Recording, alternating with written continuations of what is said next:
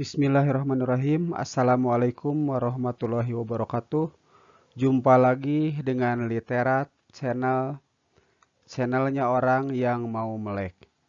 Kali ini saya akan membahas tentang aksara Sunda yang tersaji dalam aksara ngalagena, aksara suara, angka, dan tanda vokalisasi. Namun sebelumnya saya mohon maaf karena bahasa pengantar yang akan digunakan bersifat gado-gado, dengan maksud agar lebih well-being. Sebelum tahun 1999, aksara ini beredar di sekolah-sekolah, dipelajari, dan dirasa seperti aksara Sunda. Mengingat huruf awal berbunyi H, Na, Ca, Ra, Ka, maka aksara ini dikenal dengan Hanacaraka. Dua huruf ini adalah dua huruf yang tidak dikenal di dalam aksara Sunda, tetapi tetap digunakan dalam bahasa Jawa. Tahun 1999 dilakukan pembakuan aksara Sunda yang didasari oleh aksara Sunda kuno, seperti pada prasasti Kawali pada akhir abad ke-14, awal abad ke-15, sampai carita Warugaguru pada abad ke-18. Sejak keluarnya SK Gubernur tersebut, orang Sunda memiliki aksara sendiri dengan dasar hukum yang kuat. Sebuah aksara yang berdasarkan kajian justru merupakan aksara yang telah lama digunakan oleh para pendahulu kita. Sejak Prabu Niskala Wastu Kancana bertahta di Kawali. Sahabat Literat, tanpa berlama-lama, mari kita kenali aksara Sunda tersebut. Yang pertama adalah aksara ngalagena, yaitu aksara dasar yang belum mendapat imbuhan atau rarangken sebagai tanda vokalisasi apapun. Jadi, semua huruf masih berbunyi vokal A.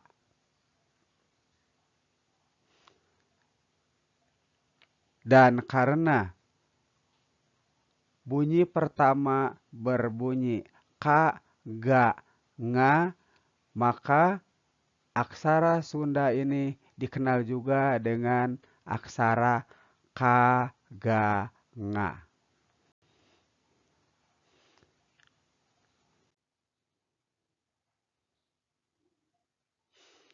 Aksara Sunda ini terdiri atas 18 aksara sampakan atau aksara asli dari vokal Sunda, 5 dan 2 aksara samperan atau serapan dari bahasa asing dengan tujuan untuk menyesuaikan dengan kata-kata atau pelafalan serapan. Penulisannya sangat mudah. Misalnya ketika kita akan menulis kawasa, maka kita tinggal mengambil huruf K, lalu kita mengambil huruf Wa untuk dipindahkan, dan memanggil huruf Sa tanpa memberikan imbuhan atau perlakuan apapun. Sama seperti kita melihat tulisan seperti ini. Tinggal kita lihat ini adalah K. Lalu ini adalah Sa. Begitu pula dengan yang ini. Dan ini.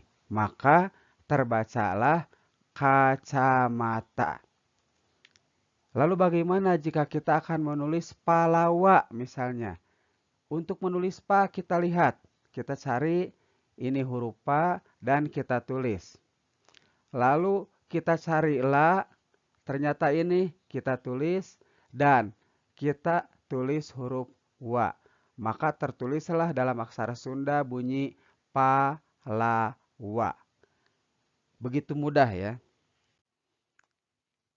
Selanjutnya aksara suara.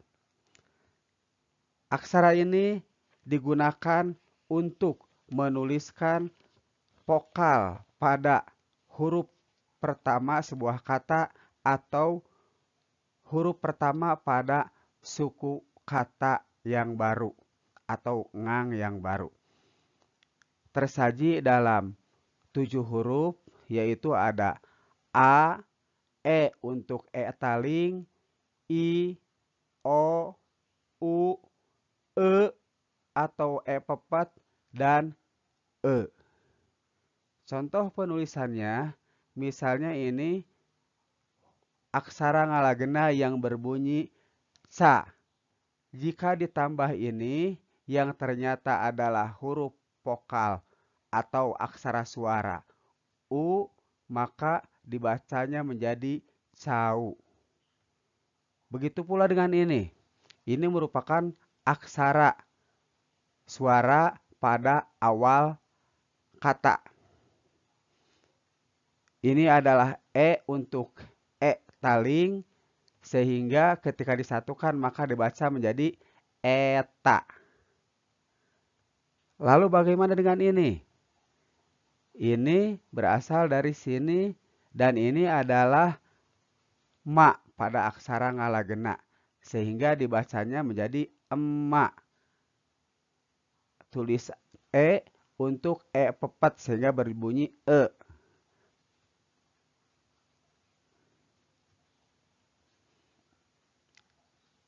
Ya dari aksara ngalagena ketika di depannya ada aksara suara seperti ini maka dibaca aya. Ini sa, ini na. Nah, di sini ada aksara ngalagena dari sini E taling sehingga dibaca menjadi saena. Satu suku kata, dan satu suku kata. Selanjutnya, kita mengenal angka. Bentuk angka dalam aksara Sunda adalah sebagai berikut dengan kaidah penulisan yang sangat mudah, sama seperti penulisan huruf Latin.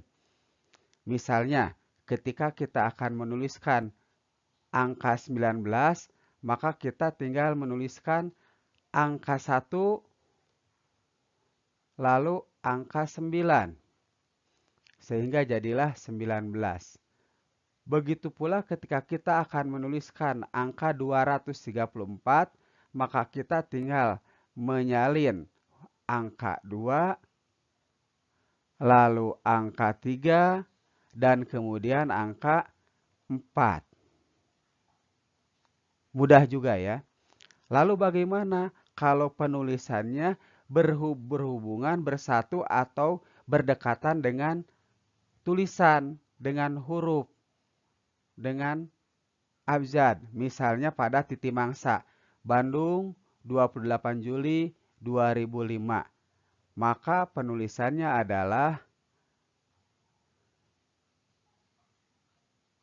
ini ba, ini na dipaeh menjadi ban, dan ini da memakai panyuku menjadi du, dengan panyecek menjadi Bandung. Ini curak untuk menggantikan koma. Nah, penyajian 28 adalah angka 2 dan angka 8, tapi syaratnya menggunakan 2 garis sebagai sekat. Lalu ditulis Julinya, ja memakai panyuku, lalu la memakai panghulu sehingga berbunyi li, dan tulislah 2005 dan jangan lupa gunakan 2 garis sebagai penyekat lagi. Nah, untuk menulis yang seperti ini, Bandung 28 Juli 2025, maka tentu saja diperlukan rarangken seperti panyuku untuk bunyi U. Ini yang nama asalnya da menjadi du, lalu panyecek untuk eng. Kita juga butuh panyuku untuk U dan panghulu untuk bunyi I serta curak untuk mengganti koma. Dan ini akan kita pelajari berikutnya dengan positive thinking, insya Allah mudah. tanda vokalisasi atau rarangken. Vokalisasi yang pertama akan diperkenalkan adalah tentang panghulu, pamepet, paneleng, dan panglayar. Keempat-empatnya ditulis di atas huruf yang akan dipengaruhi. Contoh, ini huruf K. Ketika huruf K itu diberi panghulu yang diletakkan di atas, maka bunyinya menjadi ki. Sedangkan apabila K ini memakai paneleng, ini garis yang merah-merah itu sebagai panduan untuk menulis ya. Maka bunyinya menjadi ke. Dan apabila ditambah panglayar, maka ini seolah-olah ditambah dengan bunyi R, maka menjadi ker. Lalu bagaimana jika di depannya ditambah aksara suara E? Maka tentu saja bunyinya menjadi eker. Berikutnya, ini H, ini ba. Jika H ini diberi panghulu, maka bunyinya menjadi iya, menjadi hi. Dan jika ba diberi pamepet, maka bunyinya menjadi be. Dan apabila ditambah dengan panglayar, maka menjadi hiber. Kita lanjutkan dengan tanda vokalisasi lainnya, yaitu panyecek untuk bunyi eng di akhir, panyuku untuk bunyi u ditulis di bawah, panyakra untuk menambahkan efek ra. Misalnya, pa ditambahan panyakra menjadi pra. Ba ditambah panyakra maka akan menjadi bra. Sedangkan panyiku adalah untuk efek la. Misalnya bunyi pa ditambah panyiku menjadi pla. Bunyi ba ditambah panyiku menjadi bla. Dan seterusnya. Kita coba untuk latihan. Ini huruf pa. Jika pa ini ditambah ta, tapi ta-nya memakai panyuku, maka bunyinya menjadi tu. Dan jika ditambah dengan panyecek, maka bunyinya menjadi patung. Contoh lain, ini masih pa ya. Masih pa, tapi ditambah panyakra, maka bunyinya menjadi pra. Ini ma, jika ditambah panyuku, maka bunyinya menjadi mu. Maka tulisan ini dibaca pramuka. Satu kali lagi. Ini huruf sa. Jika ditambah dengan pamepet, maka bunyinya menjadi se. Ini huruf ba. Jika ditambah panyiku, maka menjadi, ini panyiku ya, maka menjadi bla. Dan jika ditambah ka, maka menjadi seblaka. Tapi jika di sini ada rarangken nanti yang akan kita kenal lagi, ini namanya pamaeh. Fungsinya untuk mematikan vokal di akhir, maka dibacanya menjadi seblak. Ini apa? Iya, itu ca. Jika ditambah dengan panghulu, maka menjadi ci. Ini ka. Jika ditambah dengan panyuku, maka menjadi ku. Tapi jika menggunakan panyakra, maka menjadi kru. Ini ka. Ditambah panyakra menjadi kra. Ditambah panyuku menjadi kru. Dan jika di sini ditambah pangwisad, ini nanti akan kita kenalan juga dengan ini. Ini untuk memberi efek H di akhir, sehingga dibacanya cikruh. Kita lanjutkan. Rarangket berikutnya adalah paneleng, panolong, pangwisad, pamingkal, dan pamaeh. Ini semua ditulis di samping huruf yang akan dipengaruhi. Seperti ini paneleng dengan panolong mirip. Tapi paneleng itu garis yang ada di tengahnya ke dalam mengarah ke aksara ngalagena yang akan dipengaruhi. Sedangkan panolong ditulis setelah huruf yang dipengaruhi dan garis di tengahnya mengarah ke huruf yang dipengaruhi ini. Contoh, ini huruf sa. Jika dipakai paneleng, maka akan menjadi se. Ini jika ditambah tadi panyiku, maka menjadi bla, dan jika menggunakan panolong maka menjadi blo. Ini ba karena menggunakan panyiku menjadi bla. Jika memakai panolong maka menjadi blo. Jika di depannya ada huruf K maka menjadi sebloka.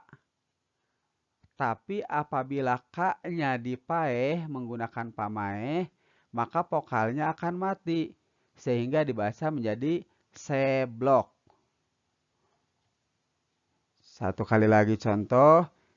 Ini huruf Ga. Jika menggunakan pamepet, maka akan menjadi Ge. Ini Ra. Jika menggunakan iya panghulu, maka menjadi Ri. Dan ini La. Jika La ini diberi pamingkal, maka La ini bunyinya bukan lagi La, tapi menjadi Lia. Sehingga ketika disatukan, maka dibaca menjadi gerilya.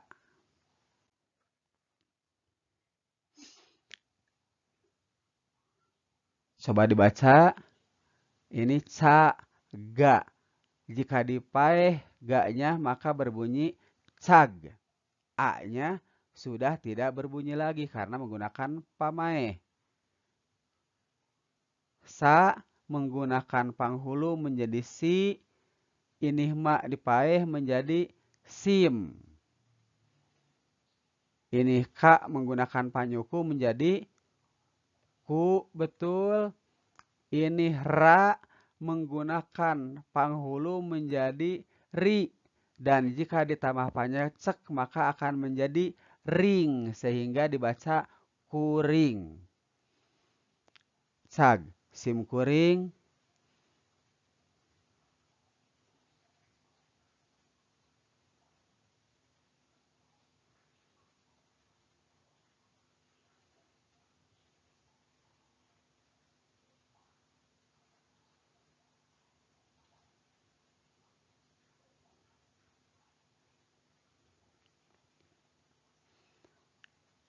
Alhamdulillah begitu mudah. Yang penting kita punya kemauan untuk ngamumule budaya Sunda. Itu saja yang dapat saya sampaikan. Lebih dan kurangnya mohon maaf. Wallahu muwafiq ila aqwamit thoriq. Astagfiruka wa tubu ilaik. Wassalamualaikum warahmatullahi wabarakatuh.